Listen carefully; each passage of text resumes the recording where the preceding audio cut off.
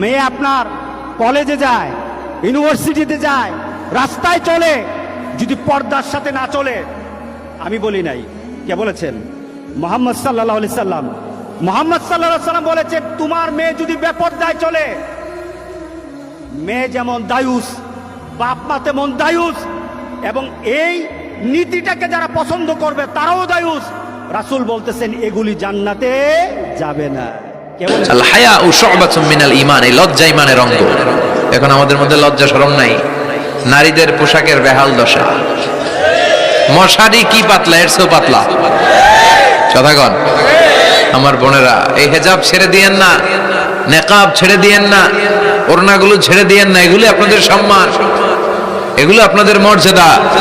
এই হেজাব আপনার অধিকার, হেজাব আপনার অহংকার, হেজাব আপনার আভিজাত্যের প্রতীক, হেজাব আপনার রুচির প্রতীক। আপনি কতটুকু রুচি